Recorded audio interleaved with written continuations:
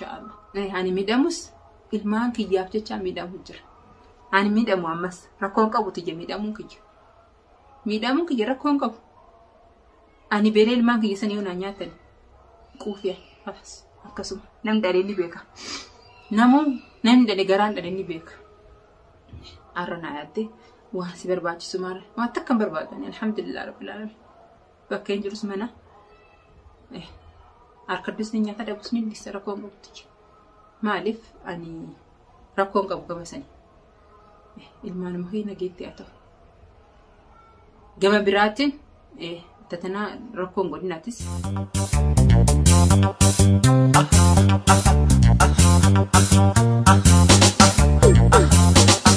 Assalamualaikum warahmatullahi wabarakatuh. Jaalatamtootaa fi hordoftoota Killeetu barraan tana maal qabatee dhufe jechuun keessan waan hin oolan wanni qabadde isiniif dhufe har'aan tana Fatiyaa tuubii fi baar tuub ni beektan jee yaada yookaan baar Sufiyaan akkasuma ammaasis ililli ni beektan jee yaada. Isaan kun waan irra waliin jiran ajandaan isaanii kun yookaan ololli isaan oofaa jiran kun akkuma itti fufatti jira.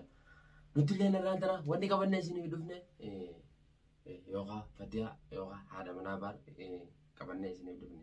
Isin tun roorroon yookaan wanni deemaa jiru maali jechuun keessan waan hin oolamne wanni deemaa jiru Fatiyaan akkuma baar yookaan irratti fuudhatti mana isiitii baddee yookaan mana dalagaatti galtee achi waan jirtuuf kanarraame walumaanuu viidiyoo teenya tana hanga dhumaatti warreen nu faana turtanillee baay'ee takka galatoomaa isiniin jecha viidiyoo tana hanga dhumaatti ilaaluudhaan subscribe like share godhuudhaan nu jajjabeessaa.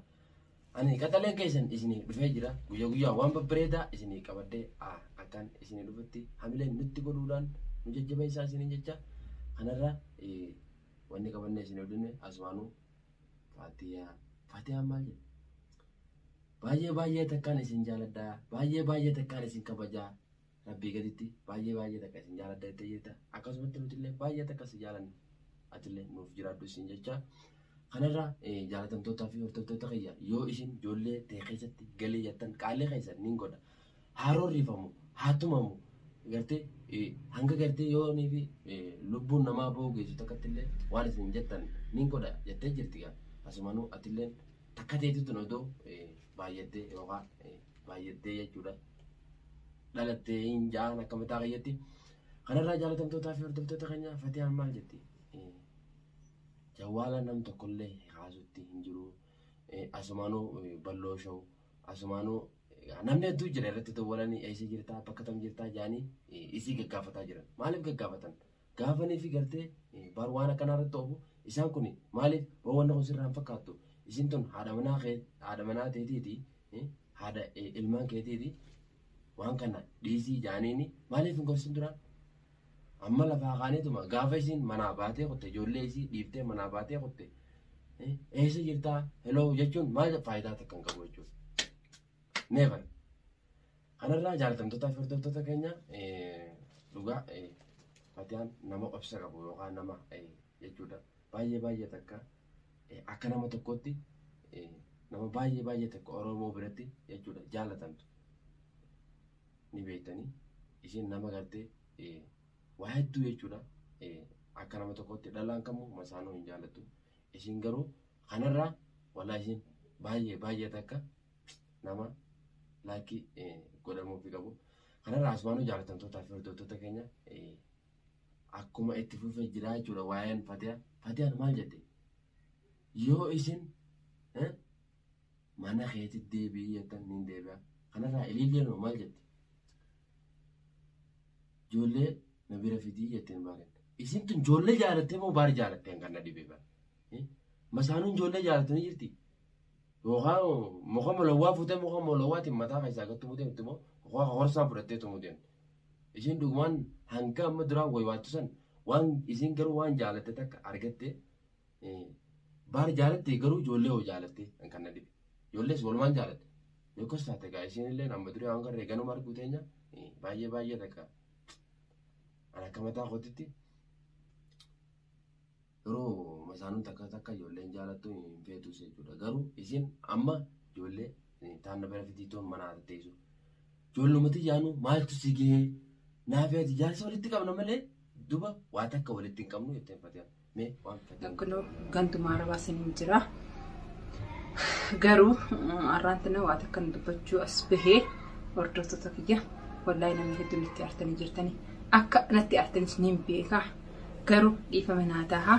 Inshaallah yeroo gabaabduu keessa ilmaan kiyya bira niin deebi'a.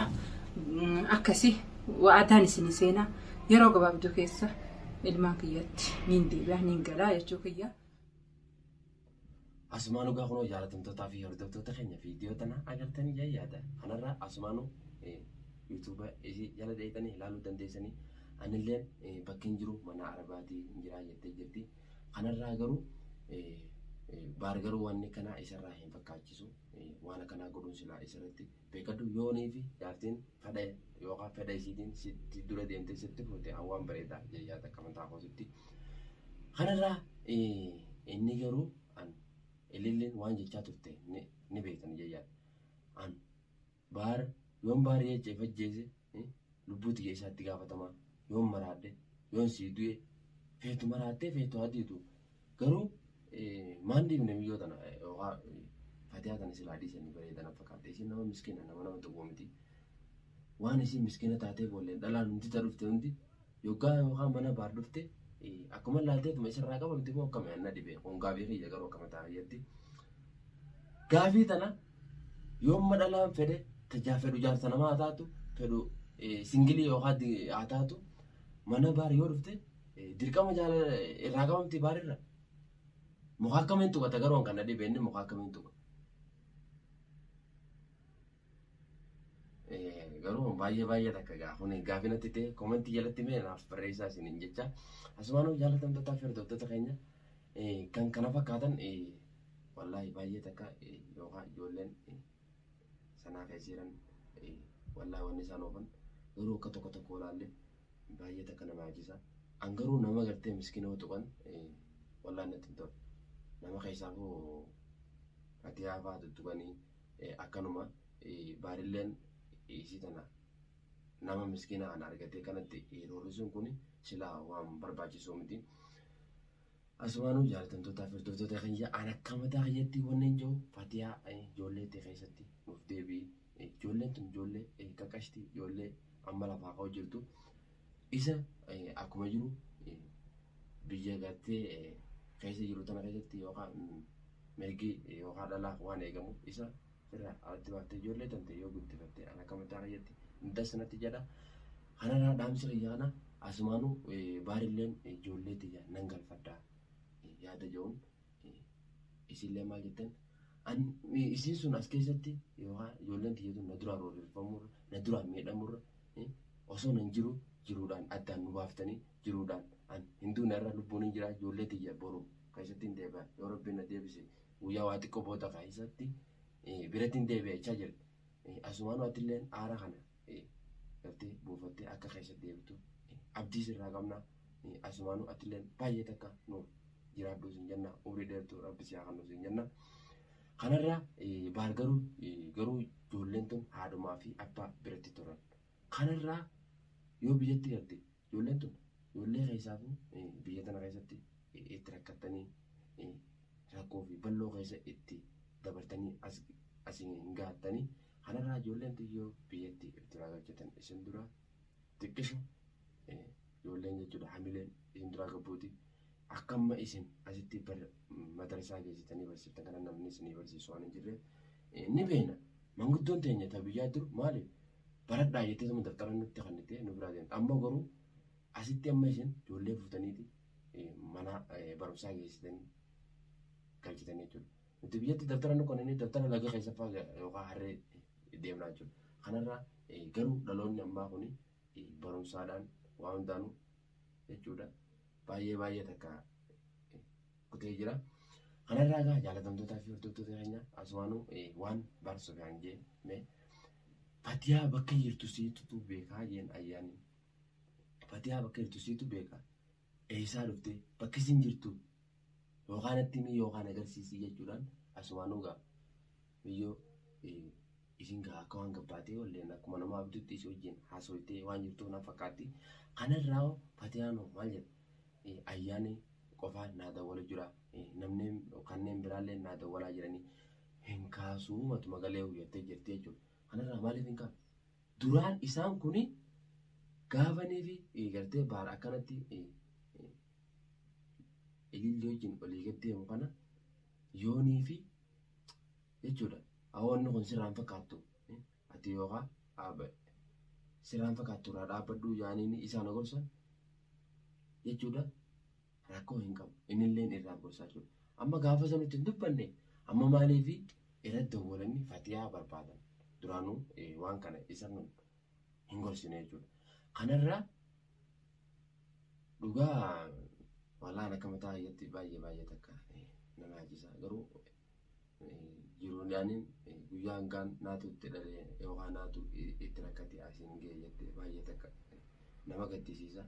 Kanumarraa nagaan ijoollee keessa isaa deebisuus hin jenna. Akka isin jettu isiitu beekaa himii jee miyyoo hanga galtee maqaddaa hundaan tumuu takka kee jechuudha. Kanarraa isin garuu akka waan jawwaalaan gabbaatee wajjin haasofitee isa biratti ol deebitee na fakkaata. Asumaanuu wanni qabannee isin dhufne jaalatamtootaa fi hordoftoota keenya kan har'a qabannee dhufne kana fakkaata. Hanga viidiyoo biraatiin walitti deebinutti maal godhuu qabdan? Laayikii, sabskiraayib, sheer godhuudhaan nu jajjabeessa hamileen itti godhaa. Guyyaa guyyaadhaan waan babbareedaa istiidiyoo teenyatti kanatti qabannee akka isiniif dhufnu nu jajjabeessa isinin jenna. Hanga viidiyoo biraa qabannee walitti deebinutti nagaa nuuf tura.